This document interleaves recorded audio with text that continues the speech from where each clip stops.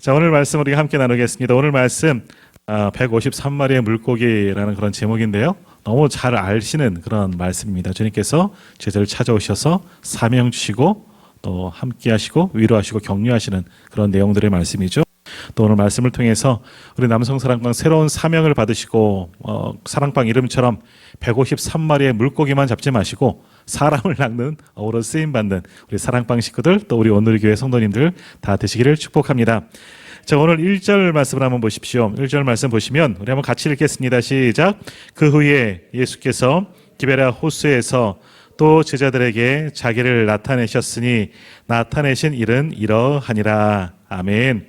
자, 1절 말씀 보시면 그 후에 예수님께서 디베랴 그러니까 갈릴리 호수에 또 나타나셨다라는 말씀이 나옵니다. 그 후는 무슨 이야기일까요? 앞전에 무슨 일이 있었습니까? 뭐가 있었어요? 예수님 부활하신 장면이 나오죠. 부활하시고 또 제자들에게 찾아가시고 바로 위에는 이제 도마, 그러니까 예수님의 제자들, 예수님의 부활하심을 온전히 믿지 못하고 의심하는 제자들도 있었고 또 부활하심을 목격했지만 아직 그들의 마음에 무언가 어떤 도전과 그런 사명을 잊어버린 채 있었던 그 제자들을 만나시고 깨닫게 하셨죠. 그래서 조금 위에 보면 도마에게를 비롯한 의심하는 제자에게 말씀하는 겁니다. 너는 나를 본 거로 믿느냐? 보지 못하고 믿는 자는 복되도다. 부활의 소식을 믿고 그것을 전하는 자라. 믿음 없는 자가 되지 말고 믿음 있는 자가 되어라 라고 말씀하십니다. 그 후에 오늘 본문의 사건이 일어난 겁니다. 자, 그런데 그 후에 어떤 일들이 있었느냐? 자, 이것이 14절 말씀도 한번 보시겠어요? 14절 보시면 이것은 예수께서 죽은 자 가운데서 살아나신 후에 세 번째로 제자들에게 나타나신 것이라. 지금 일어날 우리가 살펴볼 요한복음 21장의 말씀은 부활하신 주님이 세 번째로 제자들에게 나타나셔서 부활하신 몸을 보여주고 말씀을 나누신 사건이라는 거예요. 그러니까 부활하신 거 처음 목격하는 것이 아니라 부활하신 주님을 이미 목격했어요. 이들은 다 부활의 증인들이 되었던 겁니다.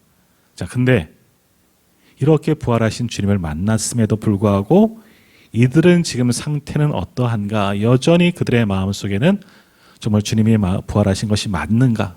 물론 우리가 봤으니까 맞다고 믿겠죠. 근데 그 다음이 없는 겁니다. 부활의 은혜를 경험하고 부활하신 주님 이전에 말씀하셨잖아요. 부활할 것이다. 그리고 실제로 부활하신 주님을 목격하고 이전에 주님께서 주신 사명도 있었는데 아무것도 못하는 겁니다. 기억하지도 못합니다. 그래서 지금 이들이 하는 일들이 뭐예요? 3절 말씀 보십시오.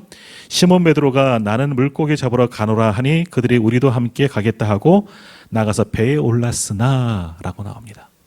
자, 우리 주님께서 제자들을 부르실 때 2절 말씀에 보면 베드로만이 아니라 그때 갈릴리 바다에 가서 다시 배에 올라서 어부로 돌아간 사람들의 이름들이 나옵니다. 자, 이 사람들 예수님께서 만나 주셨어요. 제자로 삼으실 때 그들이 있던 그들의 사업장, 그들의 현장, 삶의 현장으로 가셔서 그들을 불러 모으셨죠. 그때 뭐라고 부르셨어요? 내가 너희를 뭐 하는 사람들로? 사람을 낚는 업으로. 물고기 잡는 사람이 아니라 여기에서 너를 거룩한 직분을 지어서 사람을 낚는 구원의 복음을 전하는 사람들로 삼아주겠다. 이것이 제자를 주신 사명입니다. 그 사명을 깨닫게 하시려고 3년간 같이 다니시면서 가르치시고 보여주시고 그 사명에 대해서 어떻게 해야 할지를 다 알려주셨어요. 자, 근데 예수님의 십자가 사건과 부활 사건을 경험한 겁니다. 그렇다면 제자들이 주님께서 보여주신 사건이 이거면 우리에게 주신 사명이 이렇다면 이제 우리가 그 사명 감당해야지 하는 것이 아니라 지금 제자들의 마음은 뭐냐? 무엇을 해야 하는지, 지금 내가 어떻게 해야 하는지를 아직 모르는 거예요. 우리로 말하면 지난 3년간 제자 훈련 받았습니다. 제자 훈련 받았는데 이제 제자로서 뭘 해야 되는지를 전혀 모르는 그런 상황 가운데 있다라는 겁니다. 자, 그때 베드로가 말합니다. 이 7명의 사람들이 나오는데요. 모두 다 결 똑같은 겁니다. 주님을 목격하고 3번이나 주님을 만났음에도 불구하고 그들은 자신들의 사명과 부활의 감격과 그 기쁨도 있기야 있겠지만 어떻게, 무엇을, 어디서, 어떠한 방법으로 전혀 할 줄 몰라요. 그래서 그들이 택하는 것이 뭐냐? 물고기 잡으러 갔습니다. 근데 이것을 선동하는 사람이 누구예요? 누가 시작을 했어요? 베드로. 베드로가 말해요. 나는 물고기 잡으러 가겠다. 물고기 잡으러 가겠다. 베드로는 누굽니까? 우리가 잘 아는 것처럼 예수님의 수제자. 물론 이 앞에 기사에 보면 예수님을 부인했던, 세 번이나 모른다 부인했던 부끄러운 제자이긴 하지만 그것이 전부는 아닐 거예요. 아무튼 베드로가 나는 물고기 잡으러 가겠다. 그렇게 말하니까 나머지 6명의 제자도 그래 나도 갈란다. 같이 가. 같이 가자.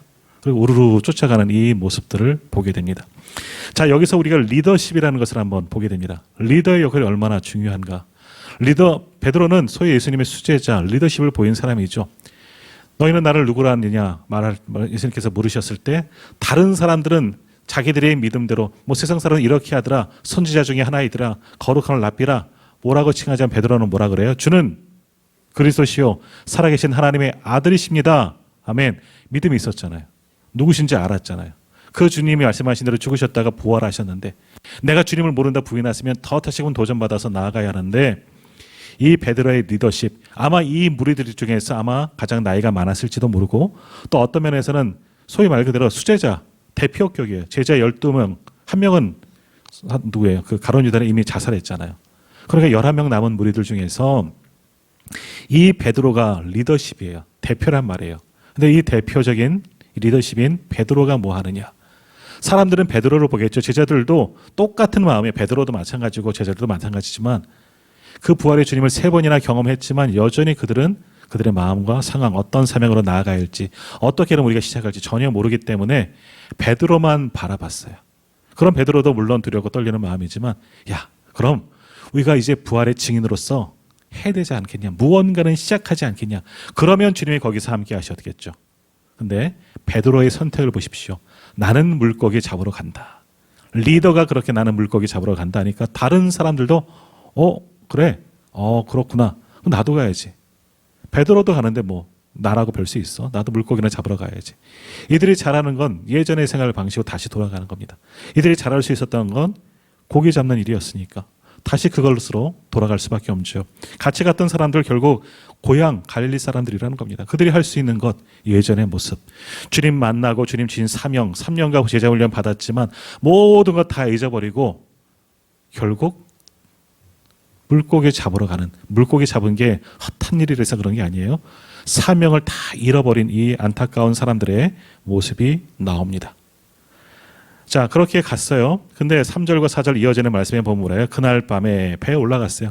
아무튼 가자마자 옛날 삶의 터전이 있으니까, 또 요한 같은 경우는 아버지가 배가 있으니까 빌렸는지는 모르겠지만 아무튼 배를 타고 갈릴리 바다로 그날 밤에 즉시 들어갑니다. 근데 어떤 일이 일어나요? 아무것도 잡지 못하였습니다. 한번 반대로 한번 생각해 볼게요. 그날 밤에 뭔가 잡았으면 어땠을까 상황이. 이분들이 계속 어부를 했을까? 주님이 찾아가셔서 주님이 그 다음 일어날 일들이 없었겠지만 고기가 안 잡힌 게 은혜예요. 고기가 잡힌 게 이들에게는 은혜가 아닌 겁니다. 그것이 기적이에요. 고기가 안 잡힌 게 너무나도 감사한 하나님의 은혜인 겁니다. 아마 고기가 잡혔으면 이들은 주님 주신 사명 완전히 잊어버리고 다시 왔더니 되네. 그냥 물고기 팔아서 먹고 살고 그러겠죠. 완전히 주신 사명 다 잊어버리고. 그런데 고기가 안 잡힌 게 은혜입니다.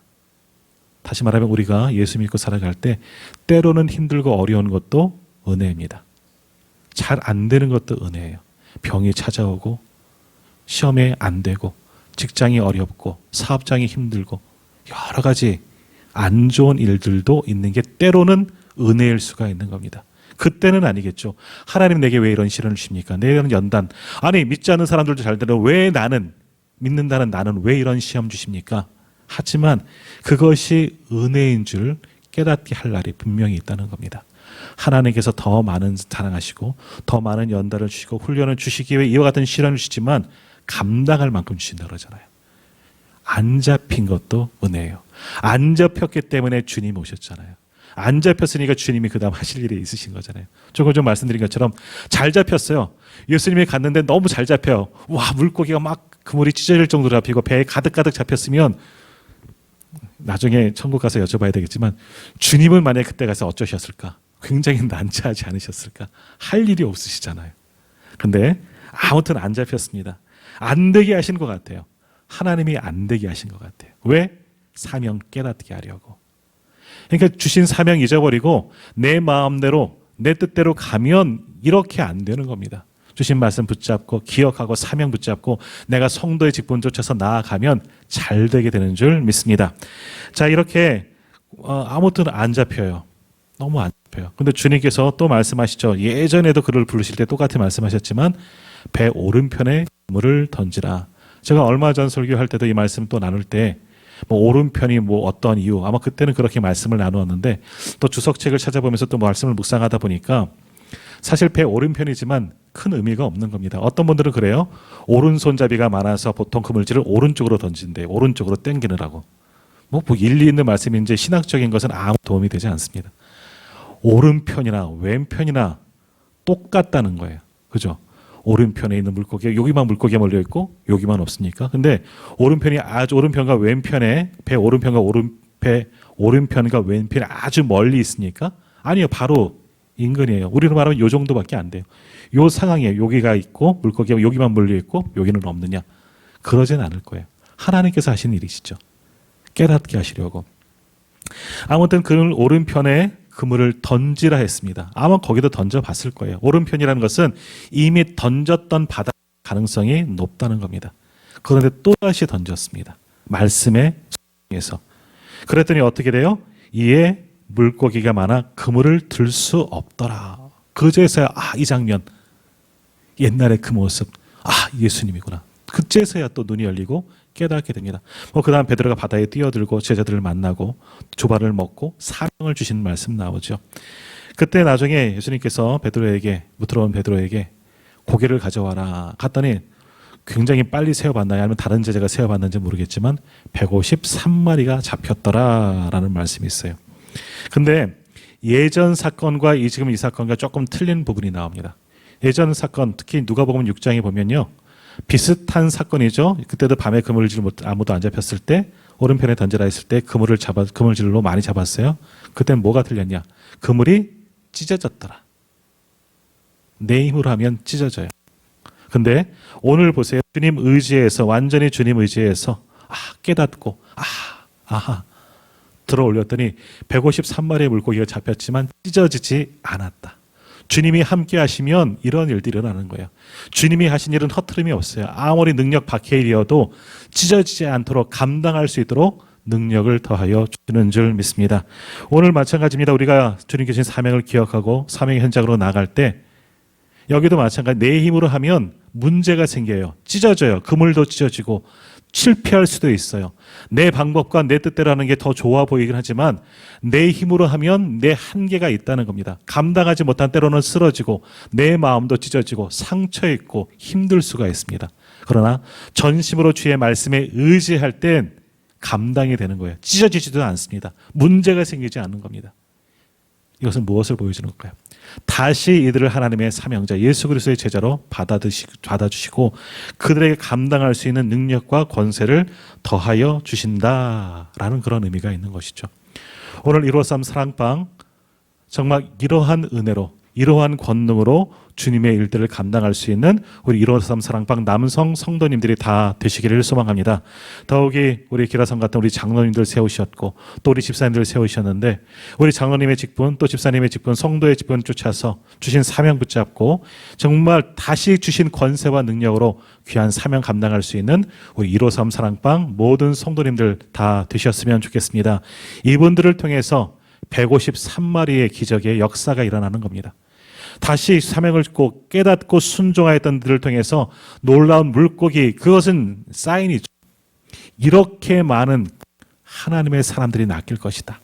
이 이후로 사도행전으로 넘어가서 이들이 어떻게 바뀝니까? 성령 충만하여 나가서 그물을 던집니다. 다시 나가면은 나가서 말씀을 던졌을 때 어떤 일들이 있습니까? 나 물고기 잡으러 갈게 했던 베드로 한 번의 설교로 3,000명이 돌아옵니다. 153명이 아니에요. 3,000명이 회심하고 돌아오고 초대교회가 부흥하게 되는 역사. 예전에 우리 1년 전쯤은 된 것 같은데 1년 이전 된 것 같은데 친절하게 누가 이걸 계산했어요. 초대교회 부흥의 역사. 그때도 한번 말씀드렸지만 초대교회가 가정교회이긴 하지만 적은 물이 아니래요. 10만 명 이상이 아마 부흥됐을 거다. 뭐 그런 이야기 그때 나누었던 걸로 기억하는데 엄청난 부흥의 역사. 여의도 순복음교회만 큰 교회가 아니라 초대교회에도 그런 부흥의 역사가 일어났다는 것. 그때는 박해가 있었음에도 마찬가지입니다. 오늘 우리가 우리에게 주신 사명 다시금 깨닫고 주와 복음을 위해서 헌신하고 순종하고 나아갈 때 오늘 우리에게도 이와 같은 기적의 역사가 반드시 일어나게 될 줄 믿습니다. 남성들이 힘을 내셔야 합니다. 앞에서 우리 전원님들 더욱더 앞서가시고 함께 우리 집사님들 힘을 모아서 밀어주시고 또 함께 우리 여성 성도님들 동역할 때 우리 오늘의 교회도 더욱더 큰 부흥의 역사가 반드시 일어나게 될 줄 믿습니다. 오늘 우리 정장로님 찬양 인도하시면서 또 기도하시며 말씀하셨지만 올해 창립 30주년 30주년 행사 준비해야지 하는데 벌써 다음 달이에요. 한 달밖에 남지 않았습니다. 하지만 30주년 행사가 중요한 것이 아니라 이 기점을 통해서 우리 교회가 그 다음 또 30년을 바라보며 작년교회로 성장할 시점에 서 있습니다. 어떠한 첫발을 내디디겠습니까? 나 물고기 잡으러 갈게. 다시 돌아가서는 안 됩니다. 이제 앞을 향하여서 하나님께 주신 우리에게 맡겨주신 사명 붙잡고 오늘의 주님을 전하는 주님의 복음을 전하고 사랑을 전하는 행복한 교회가 되기 위해서 한 걸음 한 걸음 달려나갈 수 있는 우리 153 사랑방 남성 성도들 그리고 함께 예배한 우리 모두가 되기를 간절히 소망합니다. 우리를 통해서 하나님의 나라가 이 땅 가운데 반드시 이루어지고 우리 교회도 부흥하며 성장하는 놀라운 역사가 일어나게 될 줄 믿습니다.